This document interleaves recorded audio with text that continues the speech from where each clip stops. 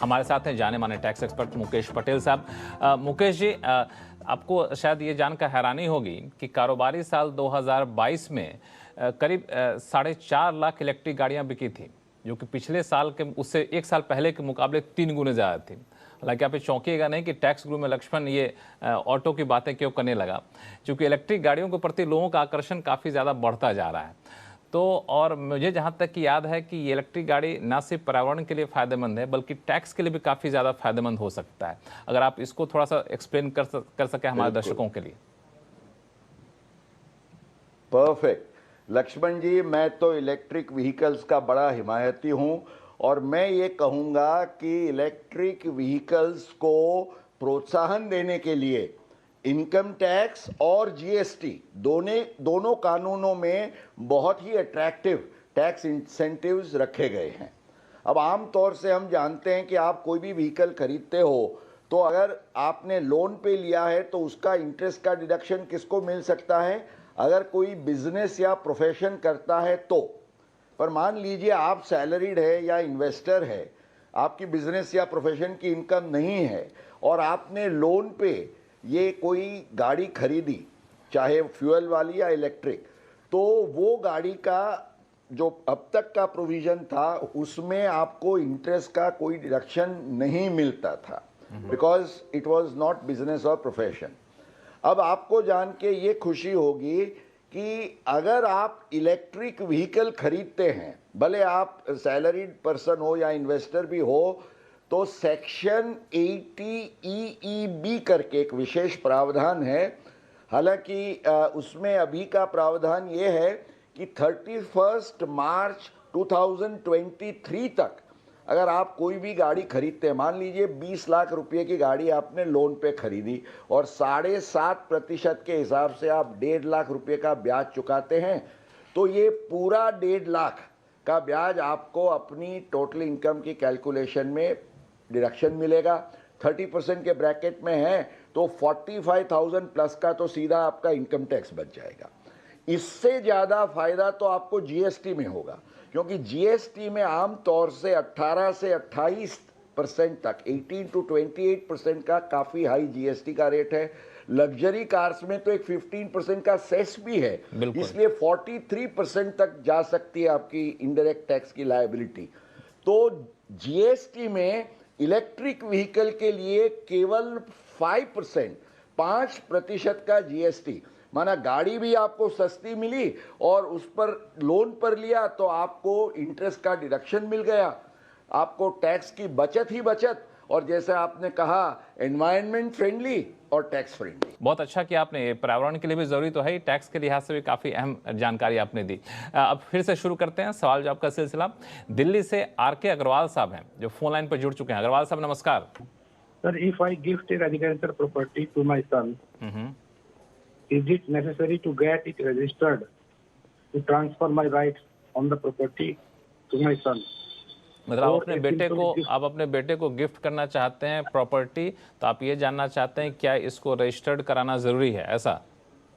Transfer अपने rights transfer करने के लिए प्रॉपर्टी के उसको ट्रांसफर करने के लिए क्या रजिस्टर कराना जरूरी है, या सिंपल गिफ्ट डीड भी से वही काम करेगी जो ठीक है ट्रांसफर हो जाएगी प्रॉपर्टी? ठीक है। मुकेश जी क्या कहना चाहेंगे उनको?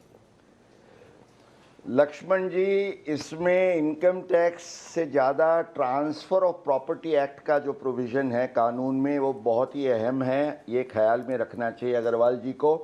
ट्रांसफ़र ऑफ प्रॉपर्टी एक्ट ये कहता है कि अगर कोई भी ट्रांसफ़र ऑफ इमूवेबल प्रॉपर्टी, और जिसमें केवल सेल नहीं, एक्सचेंज नहीं, गिफ्ट का भी समावेश हो जाता है, उसको वैलिड या मान्य रखने के लिए उसका रजिस्ट्रेशन होना कंपलसरी मैंडेटरी है। जब तक रजिस्ट्रेशन नहीं होता आपकी ट्रांसफ़र कंप्लीट नहीं है। तो आपको अगर आपके सन को अगर गिफ्ट है, वो वैलिड गिफ्ट के तहत आप उसको एक्सेप्ट कराना चाहते हैं, तो रजिस्ट्रेशन, और उस पर रजिस्ट्रेशन होता है तो स्टैम्प ड्यूटी तो भरना अनिवार्य है। ये आपके लिए मैंडेटरी है। ये मुकेश जी, मुकेश जी ये टैक्स के लिहाज से भी जरूरी है, टैक्स की देनदारी के लिए भी जरूरी है ये? हाँ बिल्कुल। यू सी, देखिए टैक्स का कानून जो है, ट्रांसफर जो है, it cannot be divorce the transfer of property act. हालांकि अगर कोई मूवेबल प्रॉपर्टी है तो उसमें ऑप्शनल है, कोई मैंडेटरी नहीं है। माना आप किसी को कोई भी मूवेबल प्रॉपर्टी है, शेयर्स है, पैसे हैं, कोई डिपॉजिट है, गोल्ड ऑर्नामेंट्स वगैरह देते हैं, वो आप एक केवल बाय वर्ड ऑफ माउथ या एक सिंपल लेटर से दे सकते हैं, उस पर ड्यूटी लेकिन इमूवेबल प्रॉपर्टी पे आपको रजिस्टर्ड होना जरूरी है। चलिए अब फिर लेते हैं अगला सवाल। अहमदाबाद से अर्चना पटेल जी हमारे साथ फोन लाइन पर जुड़ चुकी हैं। अर्चना जी नमस्कार। नमस्ते। हाँ बताएं सर, मैं एक सीनियर सिटीजन हूँ। मेरी 1 लाख की पेंशन और 7 लाख की एफडी इंटरेस्ट की इनकम है।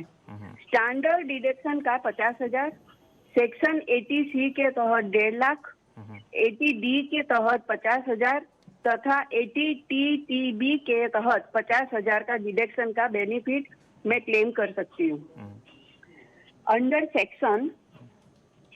इसके बाद मेरी टैक्सेबल इनकम 5 लाख होगी।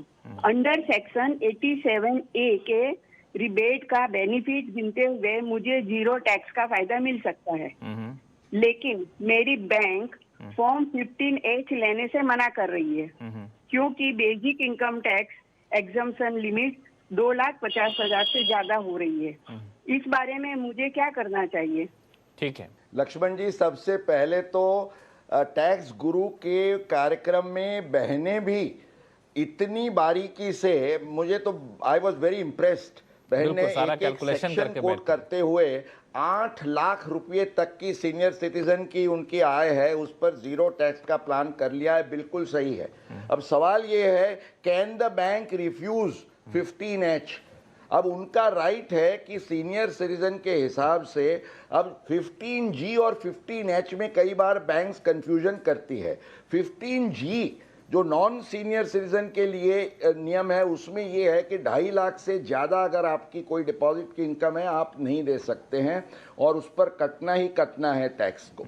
लेकिन सीनियर सिटीजन के केस में 2019 में ये बोर्ड ने आयकर नियम में सुधार करके 15H में क्लियर प्रावधान किया है कि अगर सीनियर सिटीजन को 87A का रिबेट का फायदा लेते हुए अगर उसको टैक्स पेएबल इज 0 तो उसके केस में 15H फाइल किया जा सकता है और बैंक को एक्सेप्ट करना चाहिए।